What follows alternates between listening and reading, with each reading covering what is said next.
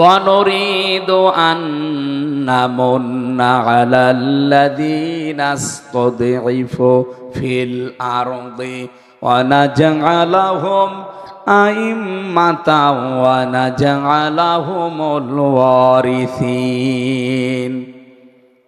আল্লাহ পাক বলেন, আমি একটা ইচ্ছা করলাম। ফেরাউনের ওই জামানায় একটা দলকে ফেরাউন একেবারে কোণঠাসা করে রেখেছিল। ও তো এমনিতেই মানুষকে দলে বিদলে বিভক্ত করে করে ছোট ছোট দলে দলে ভাগ করে রেখেছিল। ওটা হাজার হাজার বছর আগে। আর বাংলাদেশেও আমরা দেখলাম এই লেডি ফেরাউনেরও কাজ একই, আমাদেরকে সব দলে দলে বিভক্ত করে রাখে। এ দেখে দেখেন এখন টুপিওয়ালাদের ভেতর মানুষ যত তার চাইতে দল বেশি। এটা ফেরাউনের প্রথম কাজ। ও মানুষদেরকে ছোট ছোট করে ভাগ ভাগ করে রাখে, মানুষ যেন এক জায়গায় হতে না পারে। এদেশে এমনও দল আছে শুধু সভাপতি আর সেক্রেটারি, আর কেউ নেই। হ্যাঁ আছে। আপনি সারা দেশ খুঁজে দেখবেন, জেলা শহর পর্যন্ত যে দেখবেন শুধু সভাপতি আর সেক্রেটারি, তাও বাবা সভাপতি ছেলে সেক্রেটারি। আমি কি বেশি বললাম? এই হচ্ছে ওদের দল। এটা ফেরাউনের কৌশল। ও মানুষকে দলে দলে দলে দলে ভাগ ভাগ করে রাখে, মানুষ জানে এক জায়গায় হলে তো একটা শক্তি হয়ে যাবে। দ্বিতীয় নম্বরে ওই একটা দলকে টার্গেট নিয়েছিল, সেটা মুসা নবীর দল। ওই দলকেও কোণঠাসা করে অত্যাচার জুলুম নির্যাতন করে একেবারে কোণঠাসা করে রেখে দিয়েছিল। তারা কথা বলতে পারতো না। অথচ আল্লাহ বলেন, আমি একটা ইচ্ছা করলাম। ইচ্ছা করছে কে? অনুরিদু আন্না মুন্না। মুন্না মানে অনুগ্রহ করা। আমি আল্লাহ ইচ্ছা করলাম যে আমি একটা অনুগ্রহ করব, আমি দয়া করব। এই যেই দলটাকে ওরা জমিনের উপরে দুর্বল করে রেখেছে, আলাল্লাযীনা ইসতুদঈফু ফিল আরদি। আলা মানে উপরে, আল্লাযীনা মানে যারা, তুদঈফু মানে দুর্বল করে রাখা। জমিনের উপরে যাদেরকে ও দুর্বল করে রেখেছিল, আমি চাইলাম যে তাদের উপর একটু অনুগ্রহ করি। একেবারে বাংলা অর্থ বলে দিচ্ছি, মিলে যাচ্ছে না। হাজার হাজার বছর আগের কথা। আমি চাইলাম তাদেরকে নাজালাহুম, আমি আল্লাহ নিজে চাইলাম তাদেরকে আইম্মাতান, জমিনের ইমাম বানিয়ে দেব, নেতা বানাবো। অনাজালাহুমুল ওয়ারিসিন, জমিনের উত্তরাধিকারী আমি আল্লাহ তাদেরকে ওয়ারিস বানিয়ে দেব। এই আয়াতটা যদিও হাজার হাজার বছর আগের ঘটনা, ১৫০০ বছর আগে নাজিল হওয়া, কিন্তু এখনো আয়াতটা নেই। আরো আসতে বলেন। আবার বলছি, ইচ্ছা করছে কে? ফাআলুল লিমা ইউরিদ, আমি যা ইচ্ছা তাই করি। ইন্নামা আমরুহু ইযা আরাদা শাইআন আইয়াকুলা লাহু কুন ফায়াকুন। আমি যদি কোনো কাজের ইচ্ছা করি, শুধু কোন বলি, সঙ্গে সঙ্গে ফায়াকুন হয়ে যায়। এতক্ষণ কার ক্ষমতা বলছি বলেন তো? উনি ইচ্ছা করছেন, রদ করার কেউ আছে? বলেন। এটা ১০০ ভাগ বিশ্বাস করেন যে আল্লাহ ইচ্ছা করলে সেটা হবে? বলেন বলেন। আল্লাহ বলেন, আমি ইচ্ছা করলাম।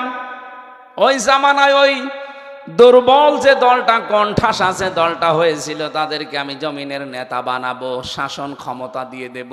কেন দেব জানেন? অনুমাক্কিনা লাহুম ফিল আরদ, জমিনে তাদেরকে শাসন ক্ষমতায় বসাবো।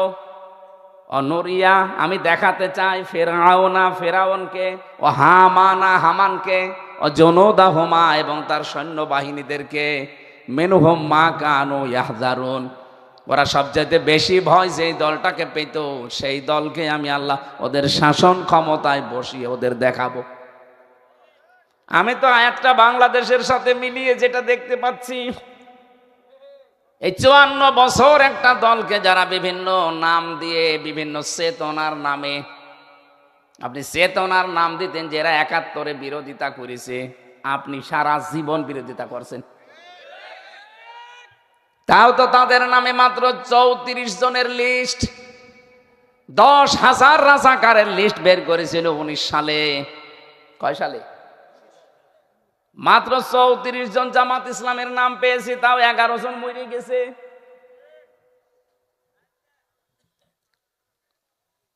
আর বাকিগুলো সবই তো আপনাদের ভেতরে।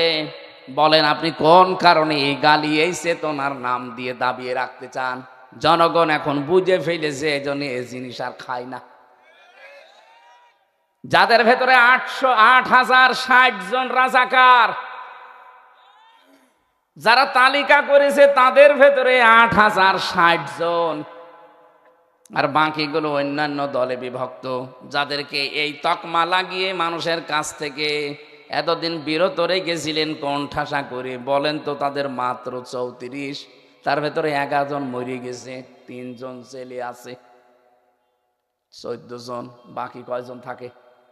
তা তো আপনাদের বানানো।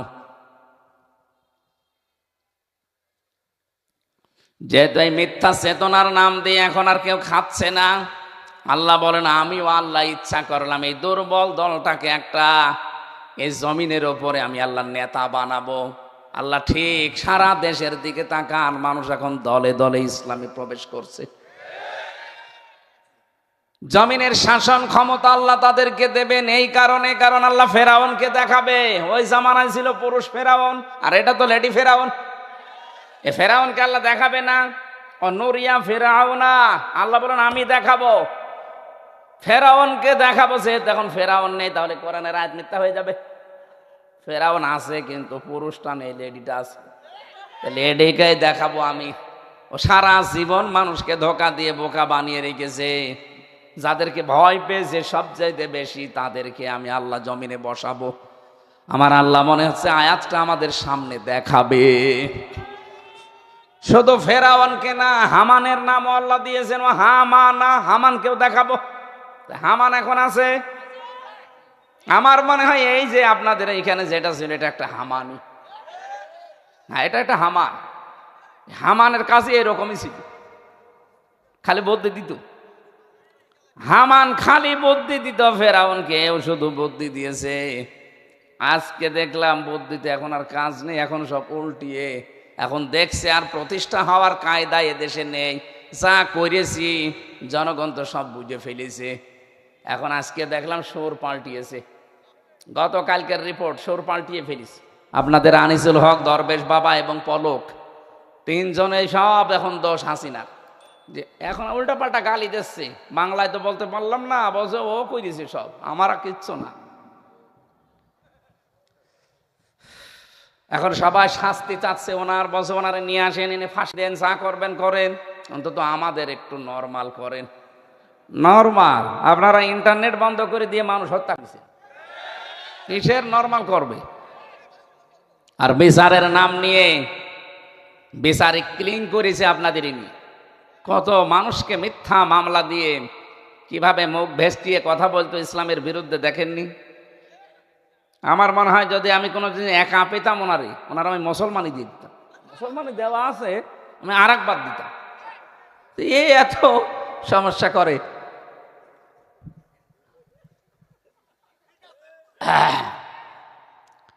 আমি যে কথাটা বলার জন্য পর্যন্ত এনেছিলাম, এই আয়াত 2টা আমি 100% বিশ্বাস করি, একেবারে 100%।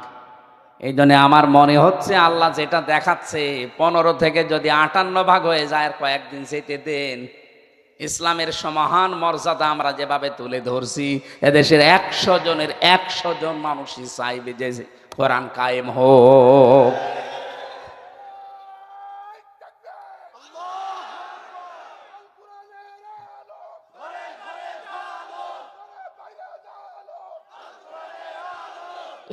আলহামদুলিল্লাহ, এটা যেন চর্ম চোখে আল্লাহ দেখে মরার তৌফিক দেন।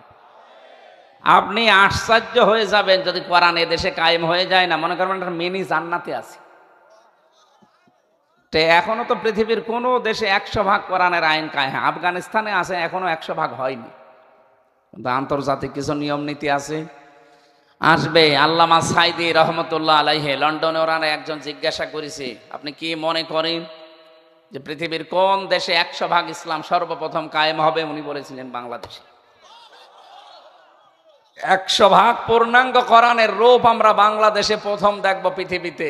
যা তো ওনার একটা স্বপ্ন আল্লাহ মিথ্যা হতে দেয়নি। উনি বলেছিল যা যা সবই আল্লাহ দেখিয়েছে। বলেছিল জালেমরা ইঁদুরের গর্ত পাবে না, ঠিক পাচ্ছে না। বলেছিল এখান থেকে নাড়া দেওয়া হবে, দিল্লি গিয়ে পড়বে, তাই পড়েছে। বলেছিল জালেমদের নাকের ডগার ওপরে পথ পথ করে কালেমার পতাকা উড়বে, সামনে আসতেছে ইনশাল্লাহ। 4 নাম্বার বলেছিল সর্বপ্রথম বাংলাদেশে কোরআনের 100% রাজ কায়েম হবে। আল্লাহ যেন এটা আমাদের চোখে দেখে মরার সুযোগ দেন। বড় আকাঙ্ক্ষা তামান্না।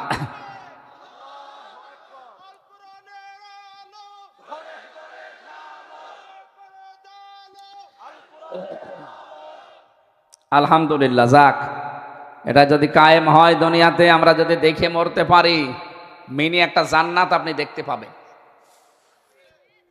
আমার ভাইরা, নবীজির হাদিস ছিল মান করাল কোরআনা ফাস্তাজহারাহু। এখানে যারা আলেম আছে মনে করে এজহার মানে শুধু প্রকাশ করা না, এজহার মানে কায়েম করা, এজহার মানে বিজয় করা। কোরআন যারা পড়ি শুধু সাহাবের নিয়তে পড়লেই হবে না। যে ব্যক্তি কোরআন পড়ে, মান করাল কোরআনা, কোরআন যে ব্যক্তি পড়ে, ফাস্তাজহারাহু, হাদিসের মাঝে ফা আছে, এখানে আলেম নেই। ফা 19টা অর্থে ব্যবহার হয়। সত্যি যদি কোরআন পড়ে থাকেন সাহাবের নিয়তে, দ্বিতীয় কাজ আপনাকে করা লাগবে ফাস্তাজহারাহু।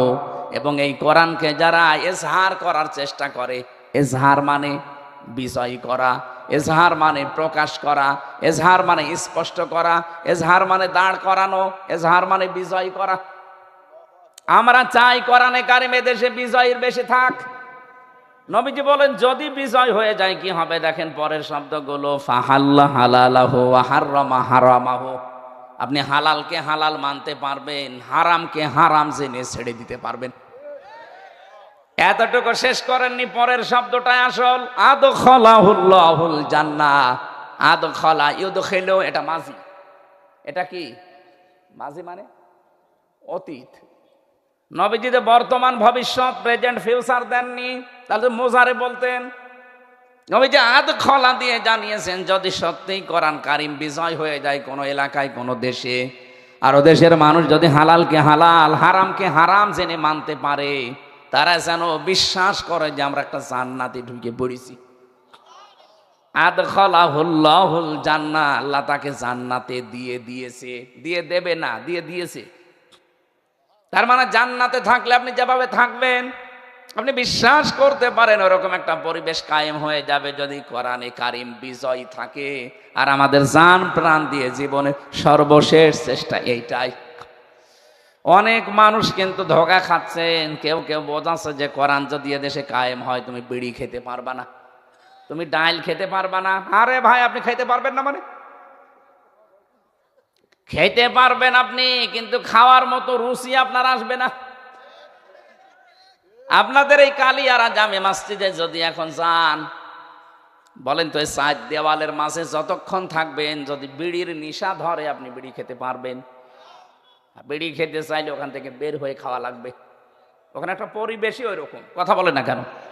56,000 বর্গ মাইলে যদি আল্লাহর কোরআন কায়েম হয়ে যায়, আল্লাহর কসম দেশটা এমন সুন্দর হয়ে যাবে, ওই ডাল খাওয়া, বিড়ি খাওয়া, লাল পানি খাওয়ার মনই আপনার আসবে না। মন যদি আসেও পরিবেশ পাবেন না, তখন আপনি এমনি ভালো হয়ে যাবেন। 22,000 কোটি টাকার উপরে শুধু মানুষের আগুন দিয়ে পুড়িয়ে ফেলছে।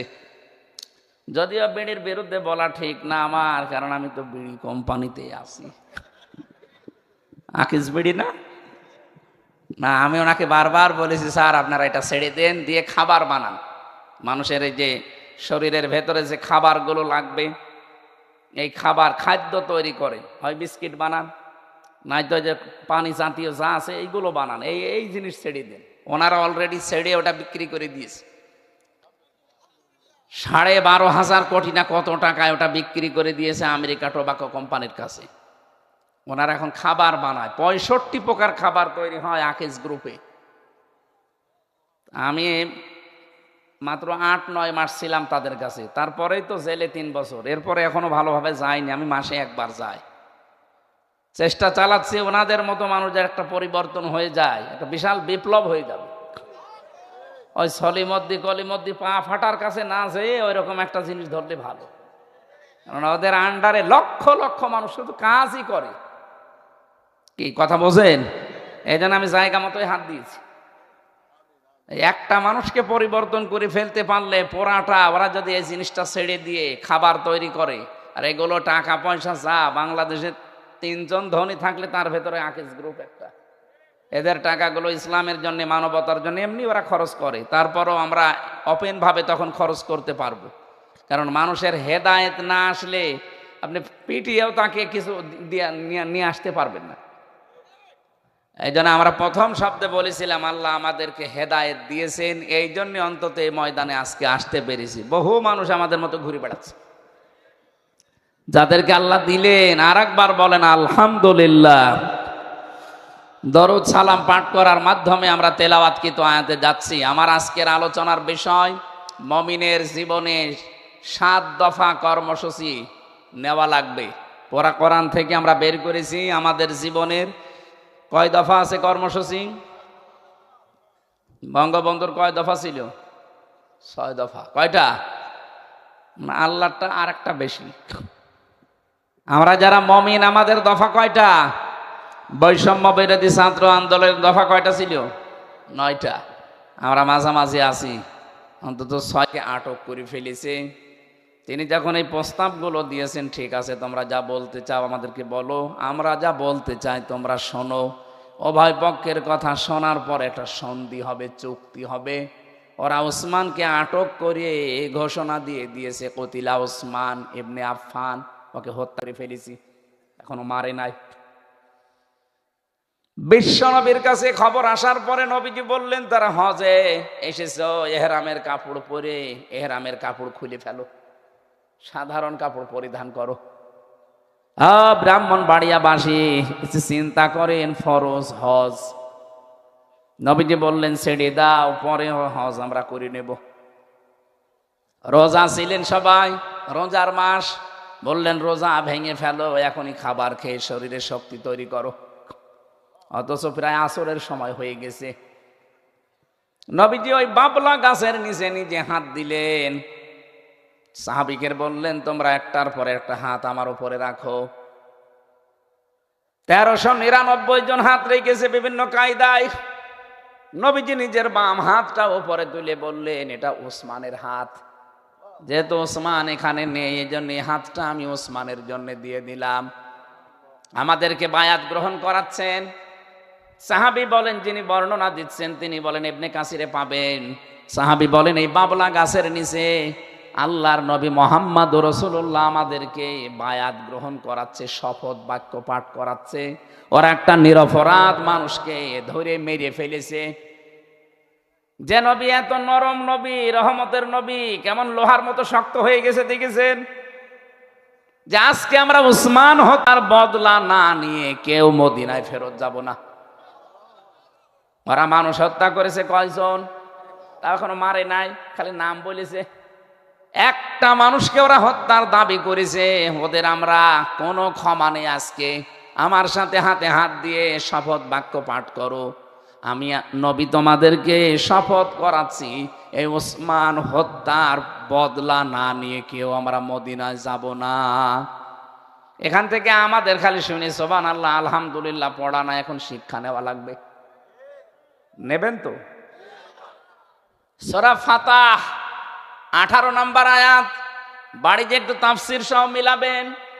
সঙ্গে সঙ্গে ওই জায়গায় কোরআনের আয়াতটা নাজিল করলেন আল্লাহ, লাকাদ রাদিয়াল্লাহু আনিল মুমিনিনা ইয ইউবাইউনাকা তাহতাশ শাজারাতি ফাআলিমা মা ফি কুলুবিহিম ফানজালাস সাকিনাতা আলাইহিম ওয়া আসাবাহুম ফাতহান করিবা।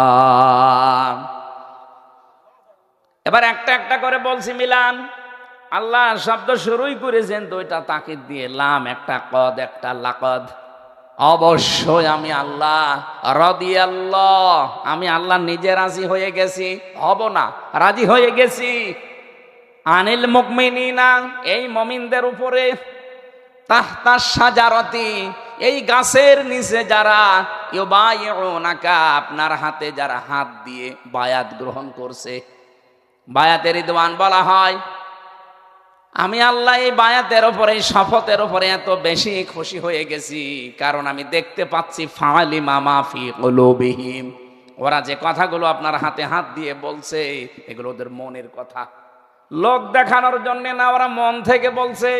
ফানসালাস সাকিনাতা আলাইহিম, আমি আল্লাহ প্রশান্তি নাযিল করলাম তাদের উপরে।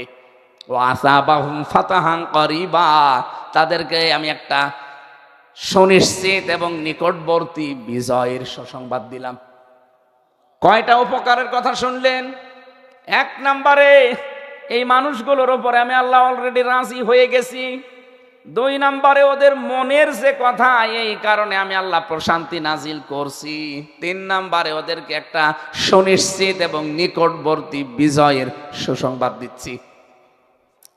একটা মানুষকে ওরা বিনা অপরাধে, একটা নিরপরাধ মানুষকে হত্যা করেছে, এই সংবাদ পেয়ে যদি 1400 জন মানুষ জীবন দেওয়ার জন্য রেডি হয়ে যায়, ওরা শেষ পর্যন্ত যেই শুনেছে যে নবী এভাবে শপথ করাচ্ছে, ওরা ভয়েই ওসমানকে ছেড়ে দিয়েছে। আজ 15.5 বছরে একজন দুইজন না, কত নিরপরাধ মানুষকে এরা বিচারের নাম নিয়ে হত্যা করলো বলেন? এই কথা বলছেন? বিচারের নাম নিয়ে প্রহসন করে কতগুলো মানুষকে এরা হত্যা করলো, কত মানুষকে গুম করলো, কত মানুষকে খুন করেছে, কত মানুষকে আয়না ঘরে নিয়ে শেষ করে দিয়েছে। আমিও 10 দিন যেখানে ছিলাম, আমারে মাঝে মাঝে বলতো, এই যে পানির নালা দেখেন, আমরা মানুষকে কারেন্ট শট দিয়ে মেরে ফেলি, এরপরে এখান থেকে ভাসিয়ে দেয়, মাছের খাবার হয়ে যায়। আমি নিজে দেখেছি ওই জায়গাগুলো মাটির নিচে সব। তার মানে বহু মানুষকে ওরা ওই জায়গায় মাছের খাবার বানিয়েছে। আর মাছ কি, রাতের বেলা দেখতাম এত বড় বড় মাছ, মানুষ খেয়ে ফেলবে। কারেন্টের শর্ট দেওয়ার পরে মানুষ যখন গইলে যায়, তখন ওই নালা দিয়ে ওই কারেন্টের ভেতরে দিয়ে দেয়, মাছে খেয়ে কয়েকদিন পরে বলবে যে আর খবর নেই। আর কিছু মানুষকে যদি ক্রস ফায়ারের নাটক করে মারতে চায়, দেখতাম রাত 2টা 1টার সময় আসে 4-5 জন মুখ বান্দা, কি আপনারা কারা, চলো। কোথায় জানি না, সঙ্গে সঙ্গে চোখ বেঁধে ফেলে, হাত পেছনে বেঁধে গাড়ির ভেতরে তুলে নিয়ে কালো গ্লাস চারিদিকে লাগিয়ে দেয়, তাড়াতাড়ি করে গাড়ি টান। 4-5 জন নিয়ে যে কোথায় যাচ্ছে, সারা রাত ঘোরায়, শুধু ঘোরায় ঘোরায়। হঠাৎ রাত 3টা-4টা বাজে, কোথায়, গাজীপুরের জঙ্গলে, টাঙ্গাইলের ওই মধুপুর জঙ্গলে, আনারস বাগানে, ওখানে নিয়ে বলবে যা ছেড়ে দিলাম, যেই দৌড় দেবেন পেছন থেকে গুলি করে বলবে ক্রস ফায়ারে মরে গেছে। এইটা ছিল দেশে, আমি নিজে দেখেছি। আমার সামনে কত মানুষকে ওরা নিয়ে গেছে, নিখোঁজ আর পাওয়া যায়নি। মাঝে মাঝে জিজ্ঞাসা করতাম, ভাই আপনি কয় বছর আছেন? ও নিজের নামও ভুলে গেছে, জানে না।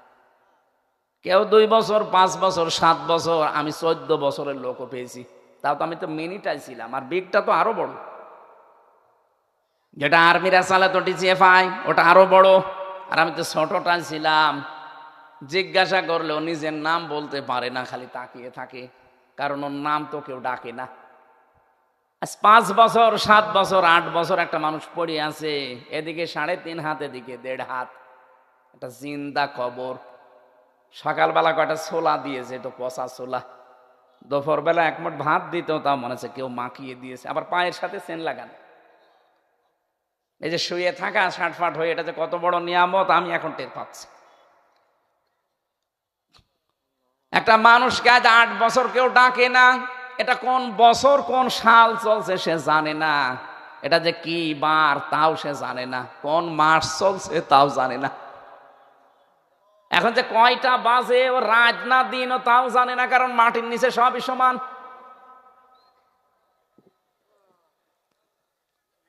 এত বড় বড় নখ হয়ে গেছে এক একজনের, চুল দাড়ি গোপ, যদি প্রথম দেখেন আপনার ভয় লাগবে, মনে হয় জঙ্গল থেকে আসতেছে। রেখে দিয়েছে 1-1.5 বছর, 2 বছর, 5 বছর, কেউ জানে না দুনিয়ায়। কেউ কেউ একদম দেওয়ালের সাথে নখ দিয়ে খুশিয়ে খুশিয়ে লিখে রেখেছে, নখও তো একেবারে বেলেটের মতো ধারালো, এত বড় বড় নখ হয়ে গেছে, লিখে রাখতো খুশিয়ে খুশিয়ে ভাঙা ভাঙা অক্ষরে। যে ভাই কেউ যদি বাইরে যেতে পারেন এই নাম্বারটা জানাবেন যে আমি বেঁচে আছি। আর হাসিনা বলে যে আমি কি করেছি। আপনি কি করেননি কি বলেন তো, কি করেননি? আমি তো ছোট জীবনে বলছি কি করেননি সেটা বলেন, যে আমি এটা করিনি। আপনার জন্য কত মানুষ বিধবা হয়েছে জানেন আপনি? কত মানুষ এখনো পর্যন্ত হাসপাতালের বেডে কাতরাচ্ছে। প্রায় 34,000 মানুষ বিভিন্ন অঙ্গ প্রত্যঙ্গ হারিয়ে ফেলেছে। কারো এক হাত নেই, কারো এক পা নেই, কারো অন্ডকোষ উঠে গেছে, কারো এক চোখ নেই, কারো 2 চোখই নেই। আর আপনি বলেন আমি কি করেছি? 14 বছর একটা মানুষকে আটক করে রেখেছেন, কেউ জানে না দুনিয়ায় যে লোকটা বেঁচে আছে কিনা। ব্যারিস্টার আরমান 8 বছর পরে বের হলো, আমান আজমি ভাই আর 10 বছর পরে বের হলো।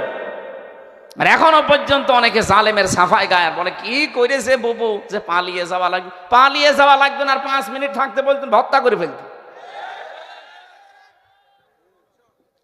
কয়েকদিন আগে আপনাদের এই উপর দিয়ে যাচ্ছিলাম, এই যে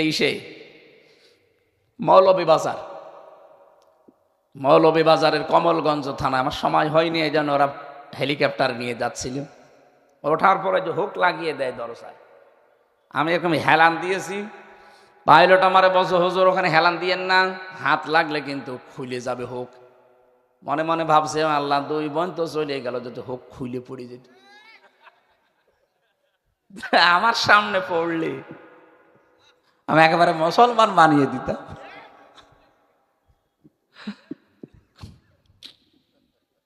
হাদিদ এই শব্দের কথা আমি বলছিলাম এই কারণে, নবীজি এরকম নরম মানুষ, রাহমাতাল লিল আলামিন, সে কি শক্ত হয়ে গেছে। একটা নিরপরাধ মানুষ ওরা মেরে ফেলবে, মানে দরকার 1400 জন মানুষ জীবন দেব, মদিনায় যাব না, ওদের প্রতিশোধ নিয়ে বাড়ি যাব। আমার ভাইরা, সে হাদিদ থেকে আমাদেরকে শক্ত হওয়ার আহ্বান জানিয়ে প্রত্যেকটা অন্যায়ের বিরুদ্ধে নিরপরাধ মানুষদের পক্ষে দাঁড়ানোর আশা নিয়ে আশাবাদ ব্যক্ত করে আমরা আরম্ভ করছি 28 নম্বর আয়াতের তাফসীর। ইয়া আইয়ুহাল্লাযীনা আমানু, ও হে যারা ঈমানের দাবি করো, ইত্তাকুল্লাহ, আমি আল্লাহকে ভয় করো। পৃথিবীর যত অন্যায় কাজ আছে, কোন মানুষ যদি অন্যায় কাজগুলো ছেড়ে দিতে চায়, মাস্ট বি তার ভেতরে আল্লাহর ভয় লাগবেই। এর প্রায় 9টা উপকার আছে দুনিয়ায়। আমি তাফসিরের ভেতর থেকে বলছি, খলিফাতুল মুসলিমিন হযরত ওমর, তার জামানায় একটা যুবক 5 ওয়াক্ত মসজিদে নামাজে আছে, মসজিদে নববীতে নামাজের পরে যে আচরণগুলো আছে হযরত ওমর খেয়াল করেন। কিন্তু নামাজ পড়ে বাড়িতে যাবার সময় একটা মেয়ে লোক তার চেহারার দিকে তাকিয়ে শয়তানের ধোঁকায় পড়ে তার দিকে আকৃষ্ট হয়ে শুধু পেছনে পেছনে ছুটতে থাকে। পেছনে পেছনে ছুটতে ছুটতে একদিন উল্টা করে এই যুবক ওই মেয়েটার পেছনে লেগেছে। যেতে যেতে একেবারে বাড়ির সামনে যাওয়ার পরে কোরআনে কারিমের আয়াত তার একটা মনে পড়েছে, ফাওয়াসাওয়াসালাহুমা শাইতানু লিয়ুবদিয়া লাহুমা মা বুরিয়া আনহুমা মিন সাওআতিহিমা ওয়াকালা মা নাহাকুমা রাব্বুকুমা আন হাদিহিশ শাজারাতি ইল্লা আন তাকুনা মালাকাইনি আও তাকুনা মিনাল খালিদিন। এই আয়াতটা মনে হওয়ার সঙ্গে সঙ্গে ওখান থেকে ফিরে এসেছে। বাড়িতে আসার পরে নিজের বাড়ির দরজায় হঠাৎ করে পড়ে অজ্ঞান হয়ে গেছে। লোকজন তাকে মাথায় পানি দিয়ে বাতাস দিয়ে যখন হোশ ফিরিয়েছে, তার বাবাকে খবর দিয়েছে। ডাক দিয়ে বলে, কি তুমি এরকম সেন্সলেস হয়ে গেলে কেন? পুরা ঘটনা শুনিয়েছে যে আমাকে বারবার ডিস্টার্ব করতো, আমি আজকে উল্টা করে ডিস্টার্ব করতে গেছি। যে তার বাড়ির সামনে যাওয়ার পরে একটা আয়াত আমার মনে এসেছে। আয়াতের বাংলা হচ্ছে, হযরতে আদম এবং হাওয়াকে জান্নাতের ভেতরে শয়তান একটা ধোঁকা দিয়েছিল। ধোঁকা দিয়ে ওই গন্ধম গাছের ফল খাওয়ানোর মাধ্যমে কিছু কিছু কথা ওই জায়গায় আছে যে ফল যদি খেতে পারো হয় ফেরেশতা হয়ে যাবা, অথবা একেবারে চিরস্থায়ী জান্নাতে থাকতে পারবা।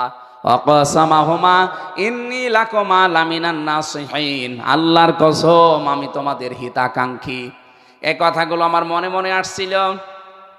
আল্লাহ রাব্বুল আলামিনের এই আয়াতগুলো আমি আদম আলাইহিস সালাম আমাদের আদি পিতার তার জীবনের সাথে মিলাচ্ছিলাম। হঠাৎ করে আমি কখন সেন্সলেস হয়ে গেছে আমি বুঝতে পারি নাই। এ কথা বলার পরেই তিনি আবার পড়ে গেলেন।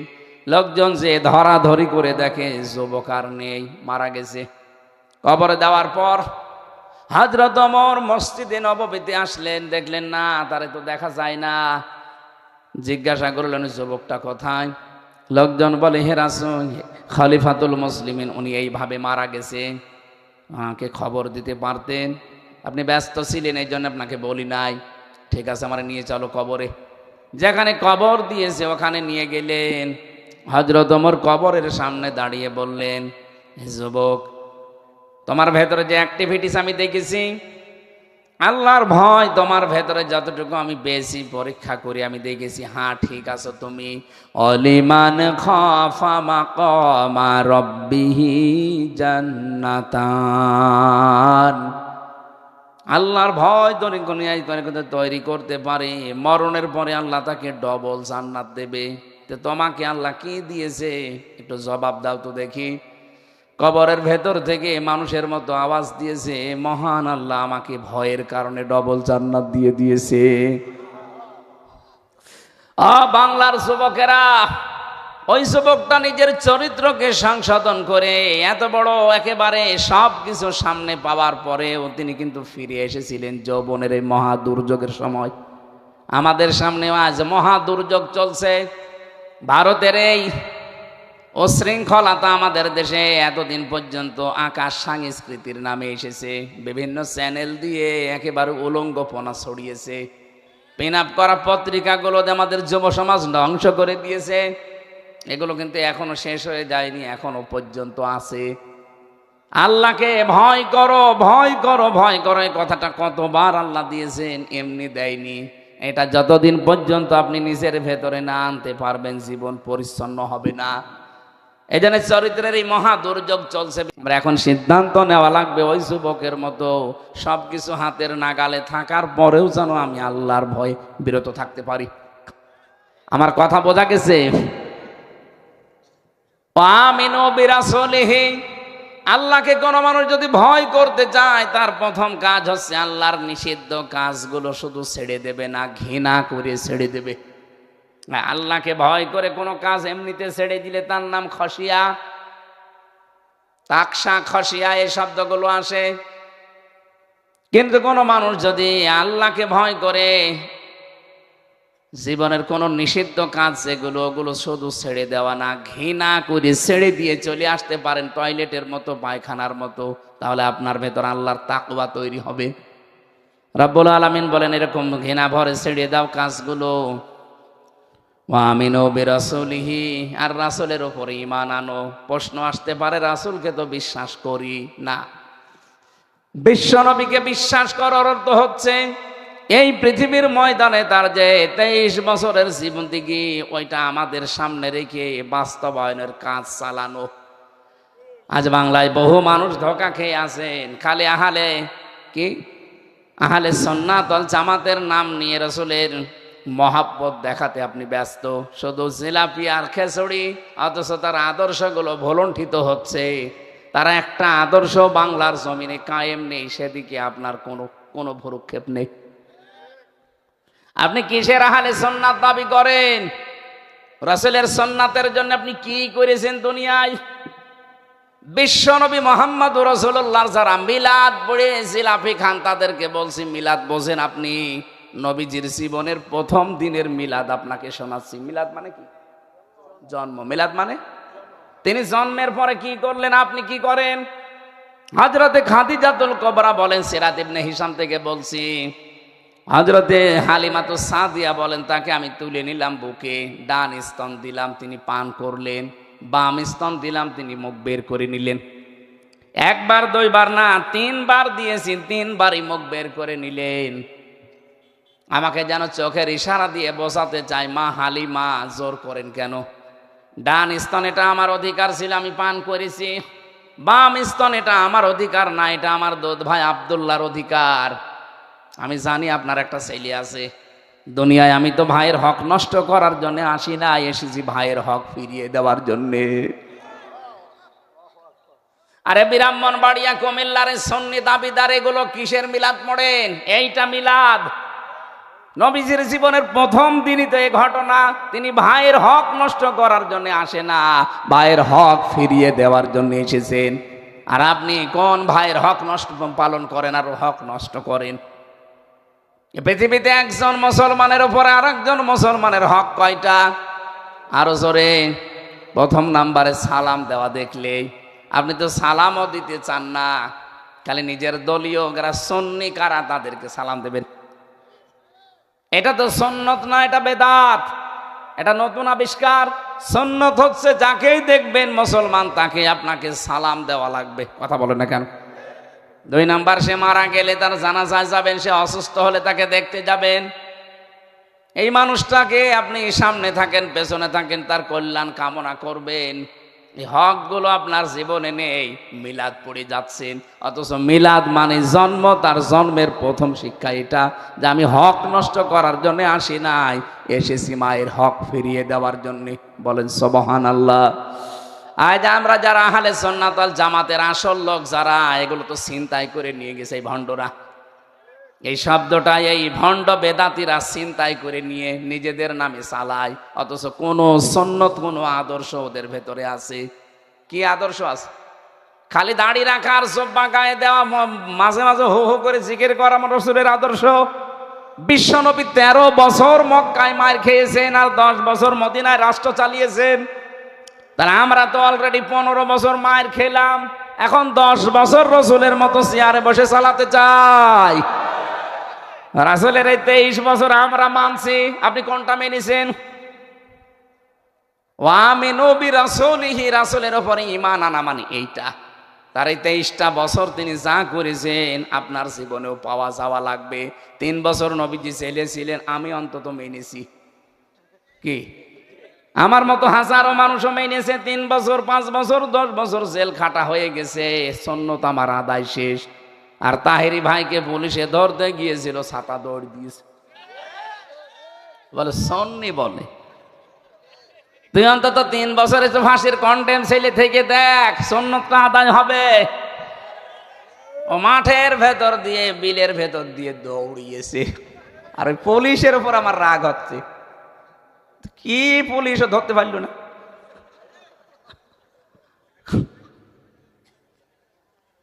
পুলিশ মনে হয় আগে থেকেই কিছু খেয়েছিল, না তো ধরতে পারবে না কেন? জব্বা গায়ে দিয়ে তো সেরকম দৌড়ানো যায় না। এরপরও আপনি ধরতে পারলেন না, কিছু খেয়েছিলেন নাকি? আমি আবার বলছি, আমিনু বিরাসূলিহি মানে রাসূল আপনি একজন আছেন বিশ্বাস করি না, তার আদর্শটা আপনাকে কায়েম করে দেখানো লাগবে। আর এইটাই আমি জীবনে চাই। আমরা সবাই এইভাবে ঈমান আনতে চাই যে আমার রাসূলের প্রত্যেকটা জন্ম থেকে মৃত্যু পর্যন্ত পুরা 63 বছর আমাদের বাংলাদেশে যেন চলে। মান তামাসসাকা বিসুন্নতি ইনদা ফাসাদি উম্মতি ফালাহু আজরু মিয়াতি শাহিদ। নবীজি বলেন আমার উম্মতের যখন দুরবস্থা চলবে, ওই সময় একটা মরা সুন্নাতকে কেউ যদি জিন্দা করতে পারে, সে 100 গলা কাটা শহীদের সওয়াব পাবে। ও বাংলার মুসলমান, বলেন তো এখন নবীর মরা সুন্নত কোনটা?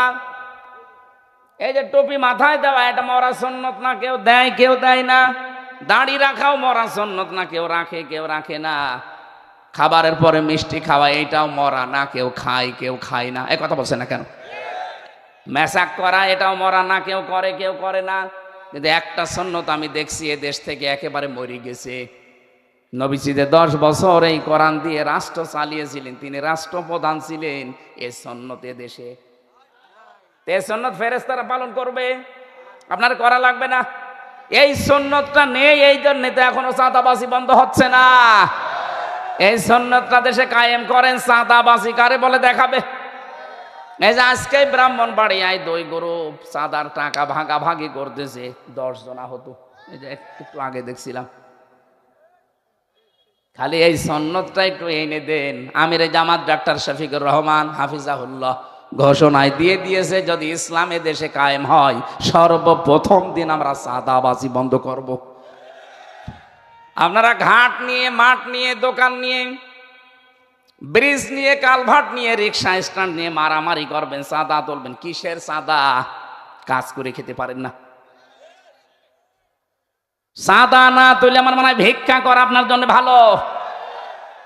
ভিক্ষা করলে হয়তো তো গোনা হবে, সামর্থ্য থাকার পরও ভিক্ষা করলে গোনা হয়, কিন্তু চাঁদা তুললে দুইটা গোনা হবে। একটা হচ্ছে জুলুমের গোনা, আর একটা চাঁদার গোনা। ডাক্তার শফিকুর রহমান হাফিজাহুল্লাহর এই কথাকে অনেকে বিশ্বাস করে আজ ঝুঁকতেছে, এই জন্য অনেকের মাথা খারাপ হয়ে গেছে যে হচ্ছে এটা কি, আমাদের কি সবই বন্ধ হয়ে যাবে? আরে ভাই, আপনাকে দুনিয়ায় সব কি করবেন? ও 15 বছর থাকলো, কি হইল? এখন তো আছে সে কবরের মতো জায়গায়।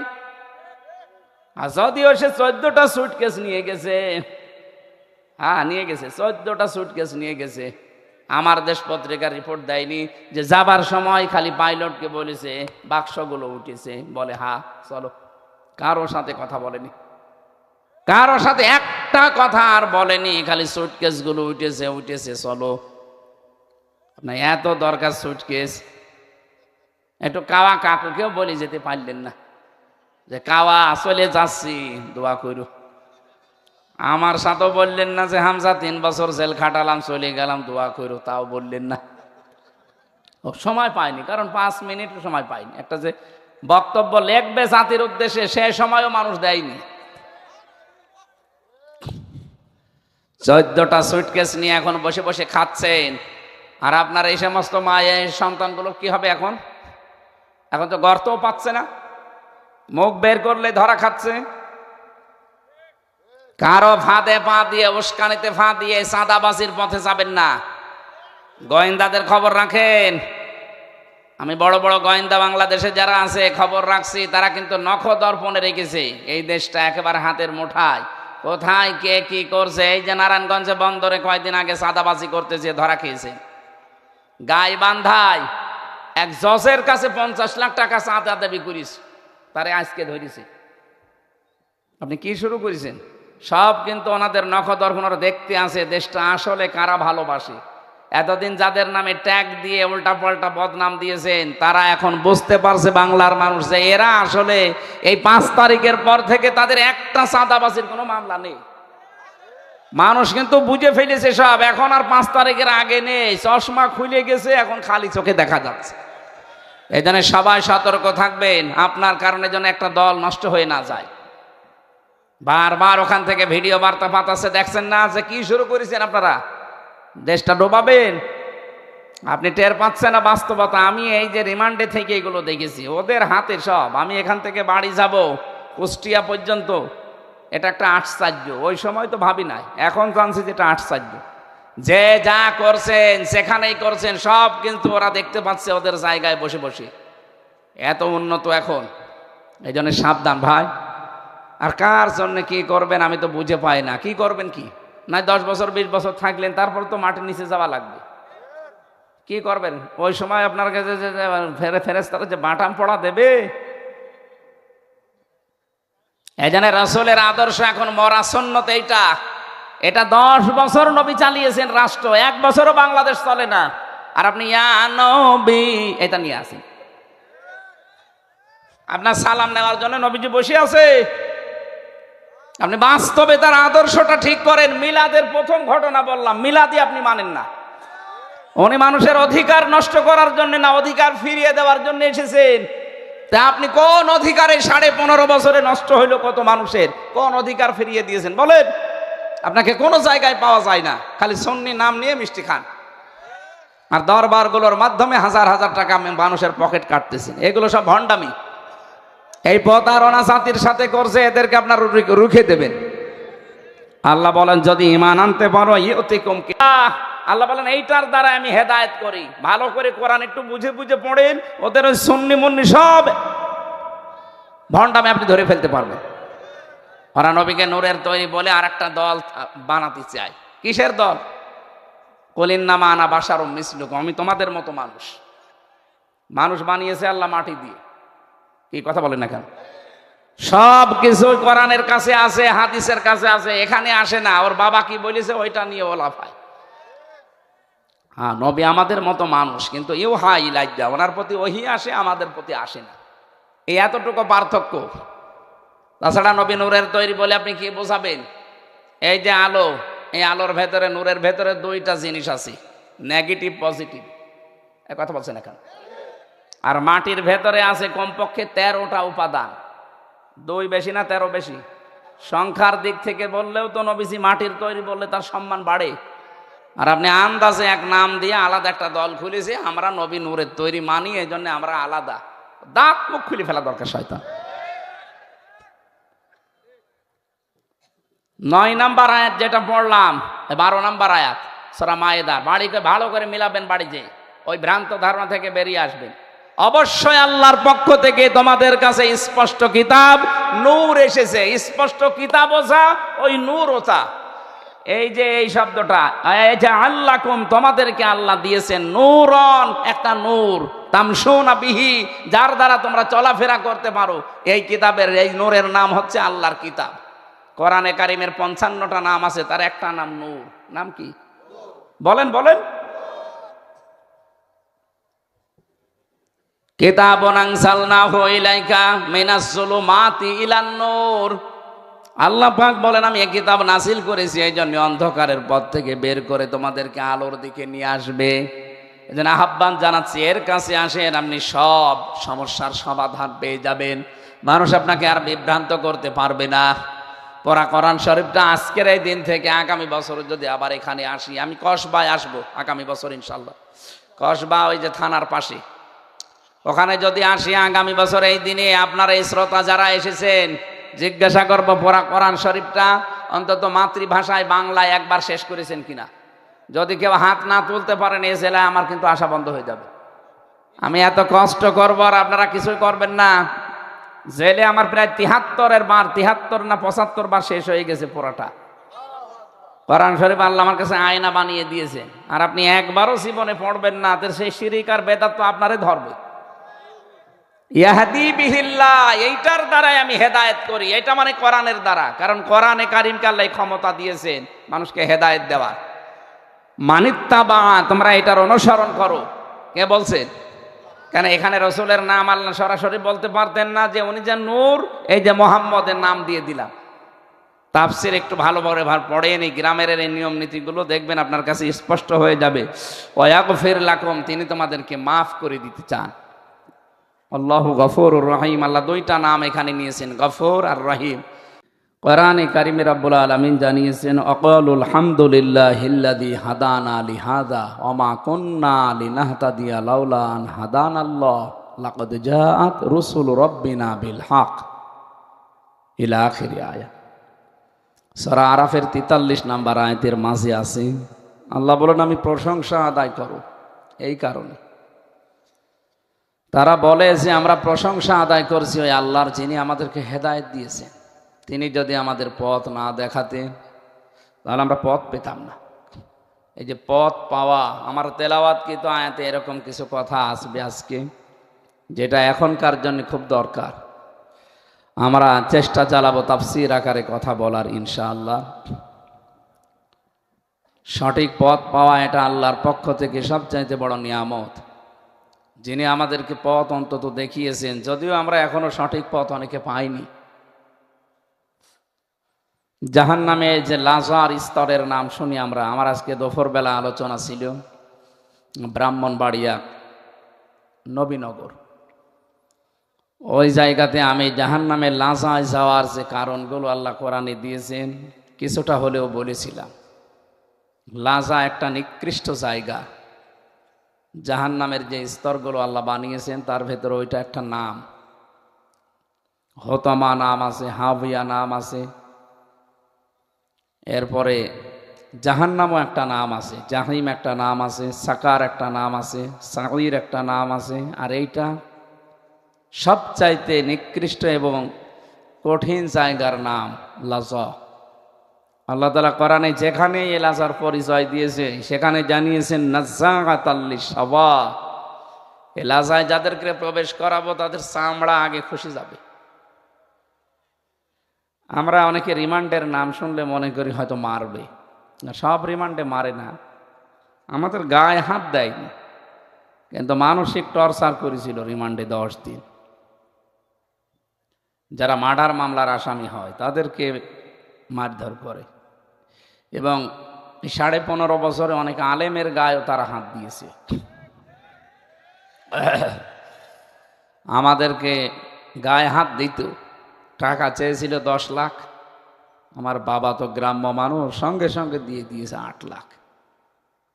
রিমান্ডে মারবে ছেলেরে, আর আমি একা তো, এই জন্য ওরা মারেনি, কিন্তু এই যে মাজায় দড়ি বেঁধে, পেছনে হাতে হ্যান্ডকাপ লাগিয়ে, পায়ে ডান্ডা বেড়ে দিয়ে, কালো কাপড় দিয়ে চোখ বেঁধে, এইগুলো তো মায়ের উপরে না। আবার মাটির নিচে যে 10 দিন, ওরা ওই সমস্ত জিনিসপত্র নিয়ে আসতো মাঝে মাঝে, যে এইগুলো দিয়ে আমরা নখ তুলি, এগুলো দিয়ে চোখের ভরু তুলি। এটা চোখের ভরু মানুষকে টেনে টেনে তুলে দেবেন, ও চোখে আস্তে আস্তে হালকা দেখবে, দেখতে পাবে না। কিছু নিয়ম নীতি আছে, ওরা তো মায়ের জানে। ওই পায়ের নিচে পিটাবে পায়ের নিচে, এদিকে আপনার চোখ অন্ধ হয়ে যাবে। একাধারে 10 মিনিট আপনি পিটান কাউকে, দেখবেন চোখে হালকা দেখছে, কিছুদিন পরে আর দেখতে পাবেন। ওর সাথে এই চোখের তারের অনেক মিল আছে। মানুষের এই যে মাথার ভেতরে যতগুলো 70,000 তার আছে, এর ভেতরে 6টা জিনিস গুরুত্বপূর্ণ কাজ করছে। ফ্রন্টাল লব আছে, অক্সিপিটাল লব আছে, প্যারাইটাল লব আছে। এরকম 6টা জিনিস দিয়ে এক একটা জায়গায় প্রায় 7টা করে ওরা মাথার ভেতরে আল্লাহ সাজিয়ে এর সাথে তারের সংযোগ করে বিভিন্ন জায়গা থেকে এই কাজগুলো আমার আল্লাহ করাচ্ছেন ফেরেশতাদের দিয়ে। এই যে আমি কথা বলছি, এক একটা কথাও তৈরি হতে প্রায় 27টা স্তরে ধাক্কা লাগছে, আর প্রতিটি জায়গায় একজন ফেরেশতা বসে আছে। ওরা যদি দায়িত্ব পালন না করে, আপনি জীবনেও কথা বলতে পারবেন না। আমরা দেখি চোখ দিয়ে, কি দিয়ে? চোখ দিয়ে দেখি, সঙ্গে সঙ্গে চোখ খবর পাঠিয়ে দেয়। সামনে যেটা আছে ফ্রন্টাল লব, পেছনে যেটা আছে ওইটা দিয়ে কিন্তু দেখা হয়। আমরা দেখছি চোখ দিয়ে, সামনে যেটা আছে এটার কাছেও খবর পাঠায় না। আপনি কম্পিউটার এখানে সেট করেন, দেখবেন মাথা খুলে একেবারে এই পয়েন্ট আকারে 70,000 সব তারগুলো আলাদা আলাদা নাম আছে। আপনি যখন সাপ দেখলেন, সাপ সঙ্গে সঙ্গে সামনে এখানে যে 7টা কাজ করছে এখানে দেবে না, পেছনে যেটা আছে প্যারাইটাল লব আছে, পেছনে ওর কাছে দিয়ে দেবে। ও ওখান থেকে সিদ্ধান্ত দেবে তাড়াতাড়ি লাঠি হাতে নে অথবা পেছনে দৌড় দিয়ে। এটা আপনাকে বলে দিয়েছে আপনার বাবা। কে? এই যে মাথার ভেতরে যেগুলো সেট করা আছে এরা।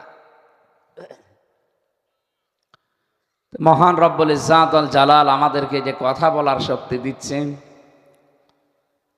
রিমান্ডে ওই মানুষগুলো আমার মনে হয় আগের থেকে লেখাপড়া করে, আগের থেকে ট্রেনিং নেয় যে কোন জায়গায় কি অত্যাচার করলে এ কথা বের করবে। আমারে তো যে সমস্ত কাজ কারবার করি কিছুই পারে নাই, শেষ পর্যন্ত আমার বলেছিল যদি এগুলো না বলেন, আমরা যা লিখে দিলাম আদালতে যদি না বলেন, জামাত ইসলামের বিরুদ্ধে, ছাত্র শিবিরের বিরুদ্ধে, ছাত্রী সংস্থার বিরুদ্ধে, আকিজ গ্রুপে চাকরি করতাম আমি, ওদের খতিব ছিলাম, ওদের বিরুদ্ধে এবং দেশের বিরুদ্ধে এইগুলো বলা লাগবে। আমরা যে 12-13টা লাইন লিখে দিয়েছি, খালি আপনি যে বলবেন যে এই কথাগুলো আমার, না এত মিথ্যা কথা বলতে পারবেন, এ তো সবই আপনাদের বানানো কথা। শেষে আমারে বলেছে যদি না বলেন তাহলে আপনার বউ তুলি নিয়ে আনবে। আমার ম্যাডামের ওই সময় 7 মাস বাচ্চার বয়স, ও তো অসুস্থ হয়ে পড়ে আছে। এখন ওরে যদি ওই অবস্থায় তুলে নিয়ে আসে বলেন তো। শেষ পর্যায়ে বললাম আর কি, আমার তো এখন আর কিছু করার নেই, আমি এখন অসহায়।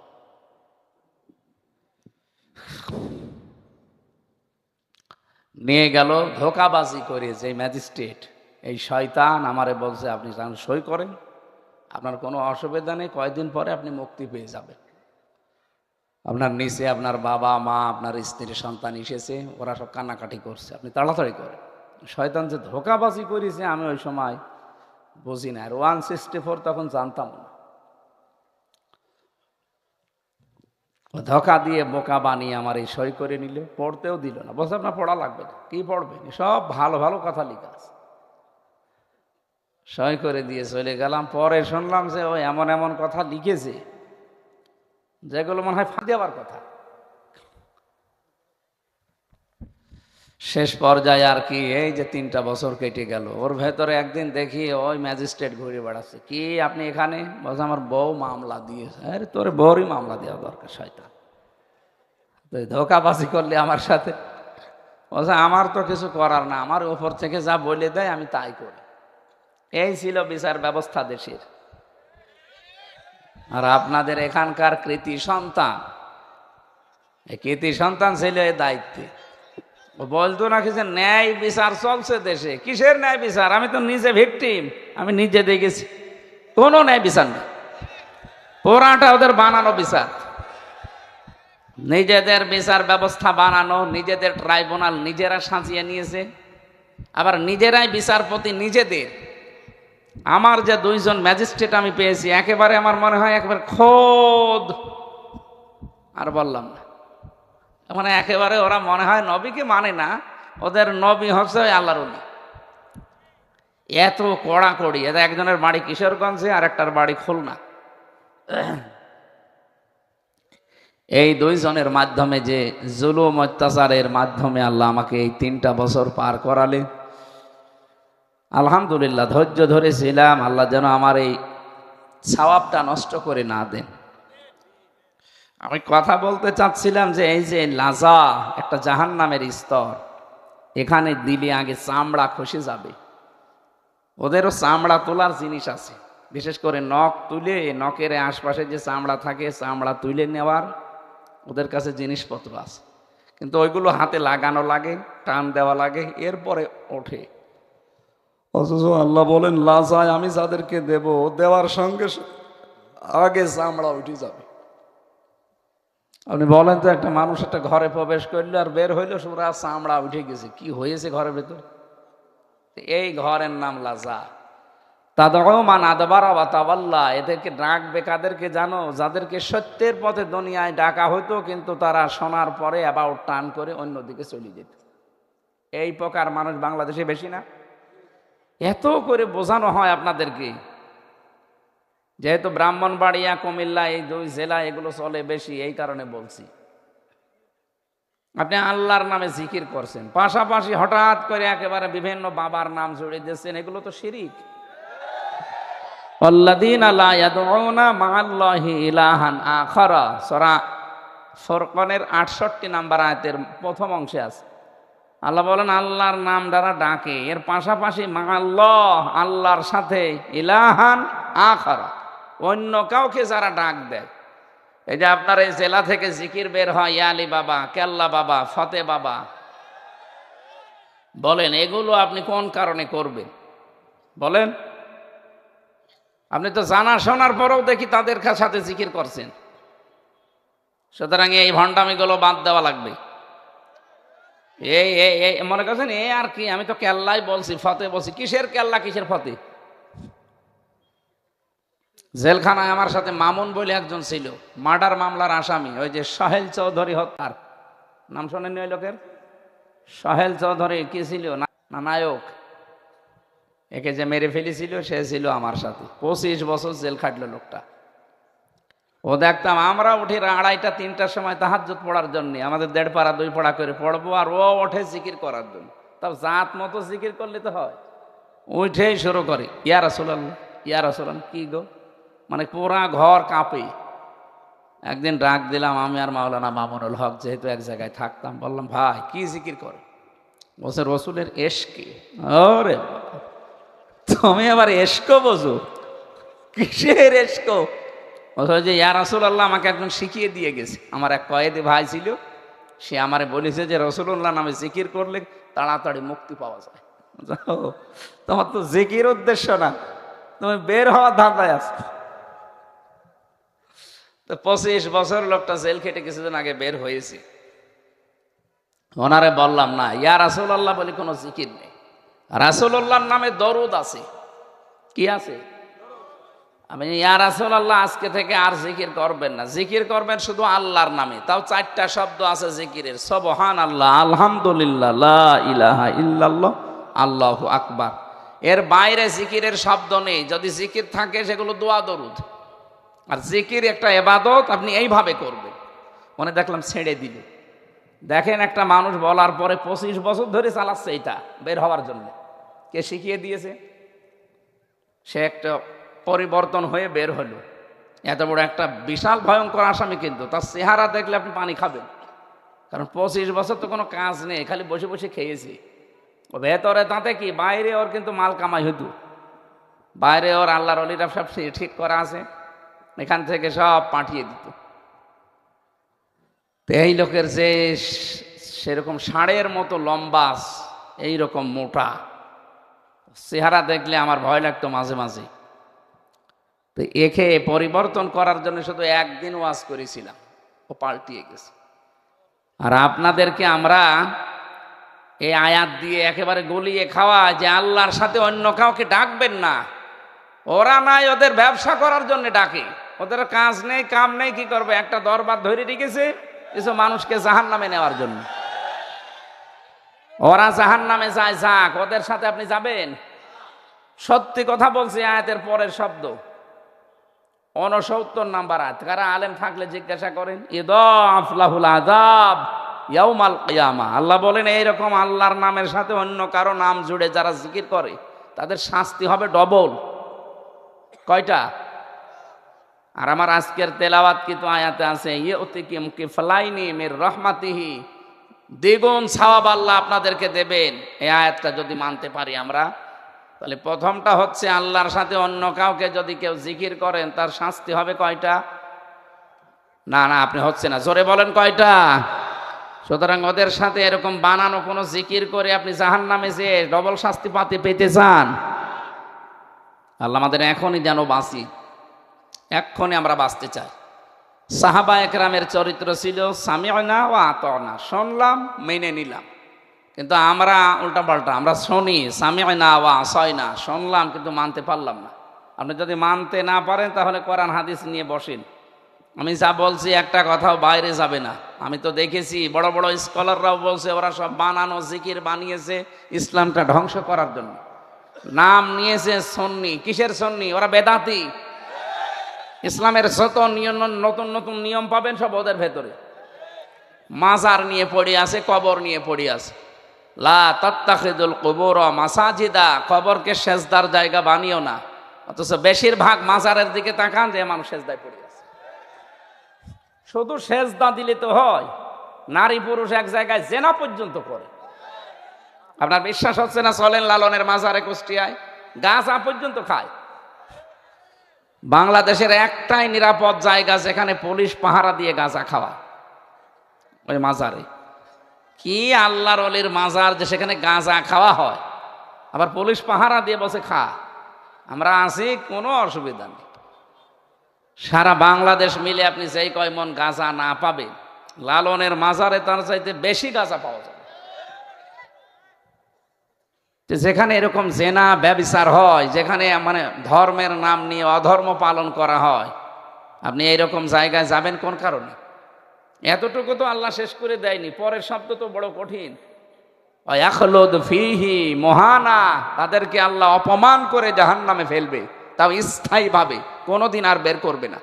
সুতরাং এদের সাথে বানানো জিকিরে আর নিজেরা কোনোদিন শামিল হবেন? কেউ করলে মানুষকে বোঝান যে এটা ভাই ইসলাম না। ওগুলো দরবার ঠিক রাখার জন্য ওরা বানিয়েছে। আগেকার আল্লাহর ওলির দরবার যেগুলো আমরা জানি, সেখানে মানুষ গেলে কোরআন শরীফ তুলে দিত, যে এই কোরআন পড়েন, হাদিস পড়েন, আপনারা আল্লাহকে পেয়ে যাবেন। আর এখন একটা দরবার দেখান তো সেখানে গেলে কোরআন তুলে দেয় না, নেই। এখানে গেলে আগে জিকির দেয়, তা হচ্ছে জাত জিকির না, ওই যে ইয়া রাসূলুল্লাহ ইয়া রাসূলুল্লাহ জিকির দেয়, হো হো এ সমস্ত আন্দাজে জিকির করে। চট্টগ্রামে একবার ওই ছাত্র বয়সে যখন মাস্টার্সে 16 সালে ওই জায়গায় গেছি, ওই শয়তান কি মরে গেছে? এই নজিবুল বশর মাঝ ভান্ডারি মরেছে, আলহামদুলিল্লাহ। কোরআনের পাখি শহীদ আল্লামা দেলাওয়ার হোসাইন সাইদি রহমতুল্লাহ আলাইহির নামে এই শয়তান মামলা দিয়েছে। আর একটা আছে যে মনে হয় কুমিল্লা না চাঁদপুরে বাড়ি, রেজাউল হক চাঁদপুরের রেজাউল হক মজভণ্ডারি।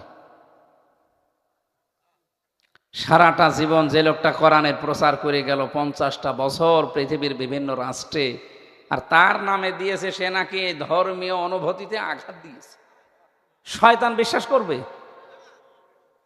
কিন্তু এই যে সাক্ষী যারা দিল তারা তো বিশ্বাস করেছে। যদিও আমি এই জন্য বলছি সব বানানো, এদের বিচার ব্যবস্থা বানানো, এদের বিচারক বানানো, ম্যাজিস্ট্রেট বানানো, এদের মামলার আয়ু পর্যন্ত ওদের নিজেদের, পিপি পর্যন্ত ওদের। আমাদেরকে একটা উকিল দাঁড়ায় খালি নাম কাওয়াজতে, ওর কথা কেউ শোনে না। এইরকম অবিচার করে করে মানুষের জীবনটা নষ্ট করে দিয়েছিলেন। বিশেষ করে আলেমদের উপরে যে কড়াকড়ি করতো, বাইরেও যেরকম ভেতরেও এরকম।